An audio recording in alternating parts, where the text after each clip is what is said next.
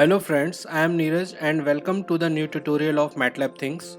ये video basics of MATLAB series के chapter 2 का पार्ट 2 है, जिसमें हम वेक्टर इंडेक्सिंग के बारे में डिस्कस करेंगे और साथ ही देखेंगे कि मैटलैब में कॉलन ऑपरेटर क्या होता है और इसे वेक्टर इंडेक्सिंग के लिए किस तरह यूज़ किया जा सकता है। यदि आपने इस चैप्टर का पार्ट 1 मिस किया है तो आप इसे लिंक बटन पर क्लिक करके देख सकते हैं। अब बात ये आ रही है कि हम अब वेक्टर इंडेक्सिंग करना चाहते हैं। इंडेक्सिंग का मतलब ये होता है, इंडेक्सिंग जो है वो दो तरीके से यूज होगी। फर्स्ट ये है कि हमारे पास पहले से एक अरे अवेलेबल है या रो वेक्टर या कॉलम वेक्टर हमारे पास एग्जिस्ट करता है। मान के चलो कि हमारे पास कोई सेंसर का डेटा हमारे पास आ रहा है। मोस्टली क्या होता है, जो भी किसी भी तरीके के जो सेंसर्स हैं उनसे जो डेटा आपके पास आता है, रो रॉ डेटा आता है, या तो वो एक मैट्रिक्स के फॉर्म में होगा या तो वो रो वेक्टर या कॉलम वेक्टर के फॉर्म में होता है डेटा। तो हमारे पास कोई भी डेटा जो अवेलेबल है उसमें हम पर्टिकुलर किसी पोजीशन से डेटा एक्सट्रैक्ट करना चाहते हैं, निकालना चाहते हैं बाहर, तो हम इंडेक्सिंग यूज करते हैं, फर्स्ट थिंग। सेकंड, जो हम पर्टिकुलर किसी पोजीशन पे डेटा को एडिट करना चाहते हैं, वैल्यू को मैनिपुलेट करना चाहते हैं, चेंज करना चाहते हैं, तब भी हम इंडेक्सिंग को यूज कर सकते हैं। ठीक है, हम ये मैटलैब में वेक्टर इंडेक्सिंग हम कैसे करेंगे ये देखते हैं। फॉर एग्जांपल एक हम अरे क्रिएट कर लेते हैं। तो मैंने एक रो वेक्टर क्रिएट किया, 2 3 1 45 -46 7 89.035, ऐसा कुछ हमने एक रैंडम वैल्यूज से एक रो वेक्टर क्रिएट कर लिया है। ठीक है, अब इसका जो डायमेंशन है, डायमेंशन क्या है, हमारे पास कितने एलिमेंट्स हैं, 7 एलिमेंट्स है इस पे। ठीक है, और मिनिमम वैल्यू और मैक्सिमम वैल्यू आप यहाँ पे देख सकते हो। ठीक है, अब इसी में थोड़ा सा जो हम रिपीट करें तो हमारे पास जो लास्ट लेक्चर्स जो हमने देखे थे, लास्ट लेक्चर में हमारे पास कुछ फंक्शंस बचे हुए थे। तो इसमें हमने ये मैक्स और मिन फंक्शन हमारा अभी पेंडिंग रह गया था। मैक्स और मिन फंक्शन जो है, जब हमारे पास कोई भी वेक्टर एग्जिस्ट करता है, रो वेक्टर है, कॉलम वेक्टर या मैट्रिक्स भी है हमारे पास, तो उसमें से हम मैक्सिमम वैल्यू या मिनिमम वैल्यू फाइंड आउट करने के लिए मैक्स और मिन फंक्शन यूज करेंगे। तो जैसे मैं इसमें मैक्स यूज करता हूँ, मैक्स ऑफ ए किया मैंने। यहाँ पे मैटलैब में जो ये ब्रैकेट्स है ना, इनका हमेशा ध्यान रखो कि किस पोजीशन में, कौन सी सिचुएशन में हमें क्या, कौन सा ब्रैकेट यूज करना है, पैरेंथेसिस। ठीक है, तो जब भी कोई फंक्शन होता है प्रोग्रामिंग में तो सबको ही पता है, मींस प्रोग्रामिंग का जो कॉन्सेप्ट है कि भाई कोई भी ये फंक्शन, मैक्स ऑलरेडी क्या मैटलैब का इनबिल्ट फंक्शन है, तो फंक्शन में जो पैरामीटर पास होंगे वो हम स्मॉल ब्रैकेट यूज करते हैं। ठीक है ना, और जो हम रो वेक्टर या कॉलम वेक्टर क्रिएट कर रहे हैं तो हम ये स्क्वायर ब्रैकेट यूज कर रहे हैं। तो ये सब चीजें थोड़ा सा ध्यान देना है। ठीक है ना, तो मैक्स ए करूंगा तो इसकी मैक्सिमम वैल्यू हमें जो भी आपका अरे इनपुट है उसकी जो मैक्सिमम वैल्यू है वो हमें एज अ रिजल्ट मिलेगी। सेम वे जो मैं मिन ए करूंगा तो हमें मिनिमम वैल्यू मिल जाएगी। ठीक है, अब ये आपका अरे कितना भी बड़ा हो सकता है, किसी भी डायमेंशन का अरे हो सकता है। आगे जब मैट्रिक्स क्रिएट करेंगे तो यही मैक्स और मिन से हम मैट्रिक्स में भी मैक्सिमम वैल्यू और मिनिमम वैल्यू फाइंड आउट कर सकते हैं। ठीक है ना, तो अभी हमारा काम ये है कि मैं इसमें वेक्टर इंडेक्सिंग यूज करना चाहता हूँ। तो अभी हमारे पास वेक्टर का नाम क्या है, ए है। अब जो मैं इसमें ए और स्मॉल ब्रैकेट और अब इसके अंदर मैं 1 लिखता हूँ। ठीक है, ध्यान दो, यहाँ पर मैंने स्मॉल ब्रैकेट यूज किया है। ठीक है, पहले हम जब वेक्टर क्रिएट कर रहे थे, अरे क्रिएट कर रहे थे, तो हमने स्क्वायर ब्रैकेट यूज किया था। ठीक है, इंडेक्सिंग के लिए स्मॉल ब्रैकेट। तो ए स्मॉल ब्रैकेट, अंदर है यहाँ पर इंडेक्स का नंबर 1 2 3, मतलब इंडेक्स का नंबर मींस पोजीशन। जैसे हमारे पास वेक्टर्स में कितने एलिमेंट्स हैं, इस एट प्रेजेंट हमारे पास 7 एलिमेंट है, 1 2 3 4 5 6 और 7। तो जो मैं लिखता हूँ ए ऑफ 1 स्मॉल ब्रैकेट्स में, तो मुझे जो रिजल्ट मिलेगा वो मिलेगा इस वेक्टर का फर्स्ट एलिमेंट। ठीक है, इसी तरीके से जो आप इस पे लिखोगे 2, तो इस वेक्टर का सेकंड एलिमेंट, ये बता रहा है यहाँ पर, हम क्वेरी कर रहे हैं एक्चुअली कि हमें पता करना है कि ये पर्टिकुलर ये जो वेक्टर है इसके अंदर सेकंड पोजीशन में क्या वैल्यू एग्जिस्ट करती है। तो ये हमें रिजल्ट दे रहा है कि भाई सेकंड पोजीशन में ये जो वैल्यू है वो 3 है। अब आप इसे किसी दूसरे वेरिएबल में भी स्टोर कर सकते हो इस तरीके से, b equal to A of, मैं लिखूं 4, तो अब क्या होगा, a का जो फोर्थ लोकेशन में जो भी डेटा है वो b वेरिएबल में असाइन हो जाएगा। तो अब मेरे पास एक नया वेरिएबल बन जाएगा b, जिसकी वैल्यू है 45, इसका फोर्थ पोजीशन का डेटा। ठीक है, अब ये मानो कि हमारे पास एक अरे है, लेकिन मुझे पता नहीं है कि उसका डायमेंशन कितना है। ठीक है, मुझे उसका डायमेंशन नहीं पता कि उसमें कितने नंबर ऑफ एलिमेंट्स हैं, और मैं चाहता हूं कि उसका लास्ट पोजीशन का डेटा मुझे पता चल जाए कि लास्ट इंडेक्स में क्या डेटा है, लास्ट वैल्यू मुझे फाइंड आउट करनी है उस अरे की। तो मैं क्या करूंगा, ए ब्रैकेट के अंदर लिखूंगा एंड, ठीक है ना, तो लास्ट वैल्यू मिल जाएगी। अब मुझे पता नहीं है कि लास्ट इंडेक्स वैल्यू क्या क्या है, लेकिन मैं एंड कीवर्ड है, एंड यूज करोगे तो सीधे लास्ट पोजीशन मिलेगी आपको। ठीक है ना। तो अब इसी तरीके से जो आपके पास एक कॉलम वेक्टर होता है, तो मैं क्या करता हूँ, सी इक्वल टू ए ट्रांसपोज कर लेता हूँ। ठीक है, तो अब मेरे पास ये कॉलम वेक्टर है, यही चीज हम कॉलम वेक्टर में भी इम्प्लीमेंट कर सकते हैं। कॉलम वेक्टर में भी आप C1 लिखोगे, C ऑफ 1, तो सेम रिजल्ट आएगा, या मैं 4 लिखूंगा तो सेम रिजल्ट आ जाएगा, फोर्थ पोजीशन आ जाएगा, या मैं एंड लिख सकता हूँ। तो आप ये रो वेक्टर हो या कॉलम वेक्टर हो, कॉलम वेक्टर या रो वेक्टर, हमारा फर्स्ट पोजीशन जो इंडेक्सिंग है वेक्टर्स के अंदर वो 1 से लेके 1 2 3 4 ऐसे इंडेक्सिंग चलती है। ठीक है ना। ओके, अभी इसमें एक और मैं छोटी सी चीज ऐड करना चाहता हूँ। ये इंडेक्सिंग को थोड़ा सा आगे बढ़ाएंगे, उससे पहले एक हमारे पास ऑपरेटर होता है मैटलैब में, बहुत इंपॉर्टेंट ऑपरेटर है जिसे कहते हैं कॉलन ऑपरेटर। ठीक है, हम पहले कॉलन ऑपरेटर को समझते हैं, उसके बाद ये टॉपिक जो है ये आगे बढ़ाएंगे। पहले कॉलन ऑपरेटर देख लेते हैं क्योंकि इसमें थोड़ा सा उसका यूज है। देखो, जो मैं ये बोलूँ आपसे कि 1 से लेके 10 तक अरे क्रिएट करो, तो कैसे क्रिएट करोगे, तो हम क्या करेंगे, नॉर्मली आप क्या करोगे, ऐसे करोगे, एक स्क्वायर ब्रैकेट लोगे और 1 कॉमा 2 कॉमा 3 कॉमा 4 कॉमा 5 6 7 8 9 और कुछ इस तरीके से क्रिएट करोगे। ठीक है, तो यहाँ तक तो हो गया। अभी यही मैं बोलूँ कि इसको अप टू 100 तक क्रिएट करो, तो क्या करोगे, ऐसे ही लिखते चले जाएंगे, है ना। तो ऐसे लिखते लिखते तो हम परेशान हो जाएंगे। ठीक है ना। तो इसका हमारे पास मैटलैब में एक शॉर्टकट होता है जिसे कहते हैं कॉलन ऑपरेटर। कॉलन ऑपरेटर क्या करता है, कॉलन कॉलन ऑपरेटर का सिंटैक्स है कैसा, कुछ ऐसा, इस टाइप से। ठीक है, कॉलन ऑपरेटर का जो सिंटैक्स है वो ऐसा है कि आपको पहले स्टार्टिंग पोजीशन लिखनी है कि आपको जो काउंटिंग है या जो अरे का फर्स्ट एलिमेंट क्या होगा, फिर कॉलन ऑपरेटर कॉलन, फिर उसके बाद लास्ट पोजीशन। ठीक है, तो मैं जो ऐसा लिखता हूँ 1 कॉलन 10। ठीक है, तो ये क्या करेगा, हमें कॉलन ऑपरेटर 1 से लेके 10 तक का एक काउंट आपको जनरेट करके दे देगा। ठीक है, तो कॉलन ऑपरेटर एक्चुअली क्या करता है, कॉलन ऑपरेटर का जो ऑपरेशन है इसको ध्यान से समझो। कॉलन ऑपरेटर क्या करता है कि जो भी आप इनिशियल वैल्यू दोगे उस वैल्यू पे 1 ऐड करते हुए, क्या करते हुए, 1 ऐड करते हुए up to the last value तक वो एक सीक्वेंस जनरेट करता है, 1 प्लस करता है। क्या करता है कॉलन ऑपरेटर, 1 प्लस करता है डिफॉल्ट। ठीक है ना, तो अभी जो मैं यहाँ पे लिखूं 1 कॉलन 20, तो ये 1 से लेके 20 तक का एक सीक्वेंस जनरेट करके दे देगा। या मैं लिखूं यहाँ पे 5 कॉलन 50, तो क्या होगा, 5 से स्टार्ट करेगा और अप टू 50 तक सीक्वेंस जनरेट हो जाएगा।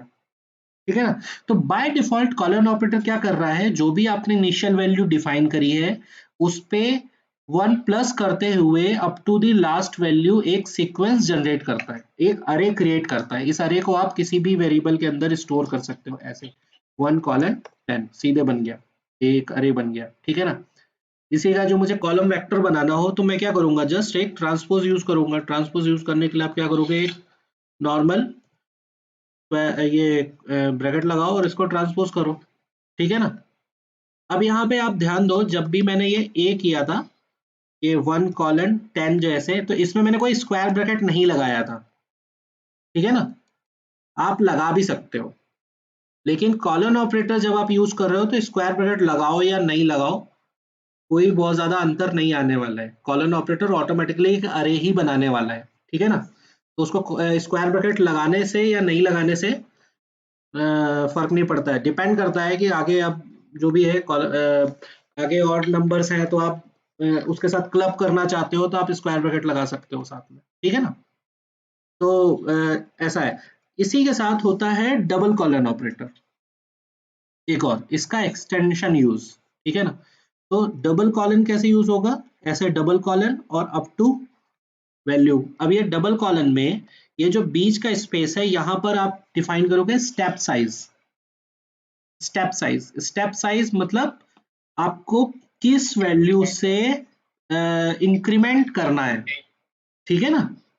किस वैल्यू से चेंजेस करना है आपको, 1 से लेके इनिशियल वैल्यू से फाइनल वैल्यू तक जाना तो है, लेकिन स्टेप कितने का होना चाहिए। बाय डिफॉल्ट स्टेप कितने का है, 1 का है।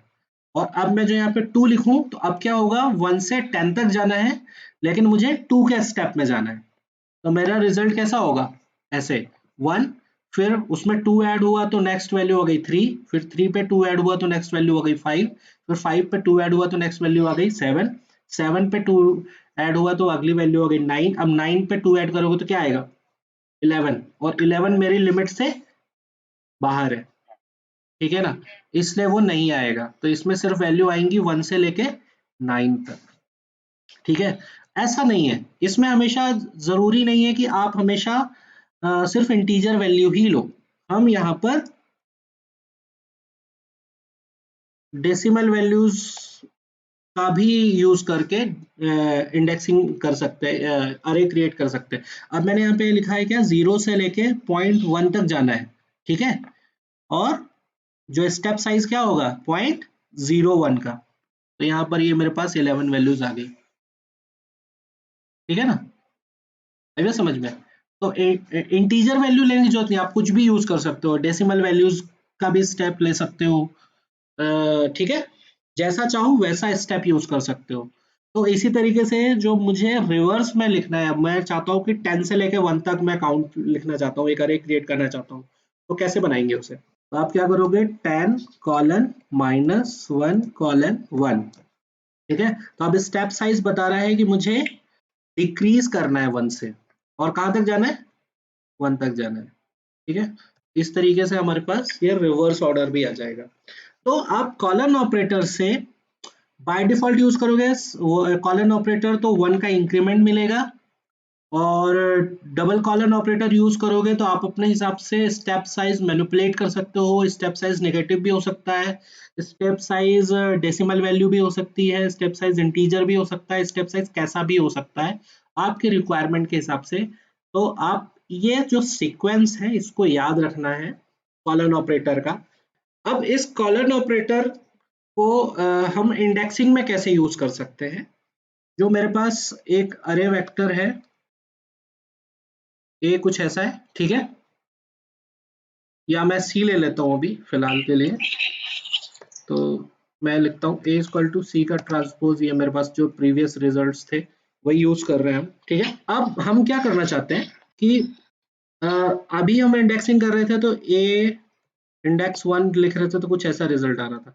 अभी मैं इसमें जो कॉलन ऑपरेटर यूज करूँ और 1 कॉलन 3 लिखूं, तो अब क्या होगा, जो रिजल्ट आएगा इंडेक्स 1 कॉलन 3 का मतलब क्या हुआ, 1 से लेके 3 तक। तो अब क्या होगा, 1 से लेके 3 तक के एलिमेंट्स यहाँ से एक्सट्रैक्ट होंगे और वो हमारे पास अवेलेबल हो जाएंगे एज अ रिजल्ट। और आप इसे जो किसी दूसरे वेरिएबल पे स्टोर करोगे तो दूसरा एक भी मेरे पास एक फिर से एक अरे बन जाएगा जिसके एलिमेंट्स वेक्टर ए के कुछ सेलेक्टेड एलिमेंट्स हैं, ठीक है।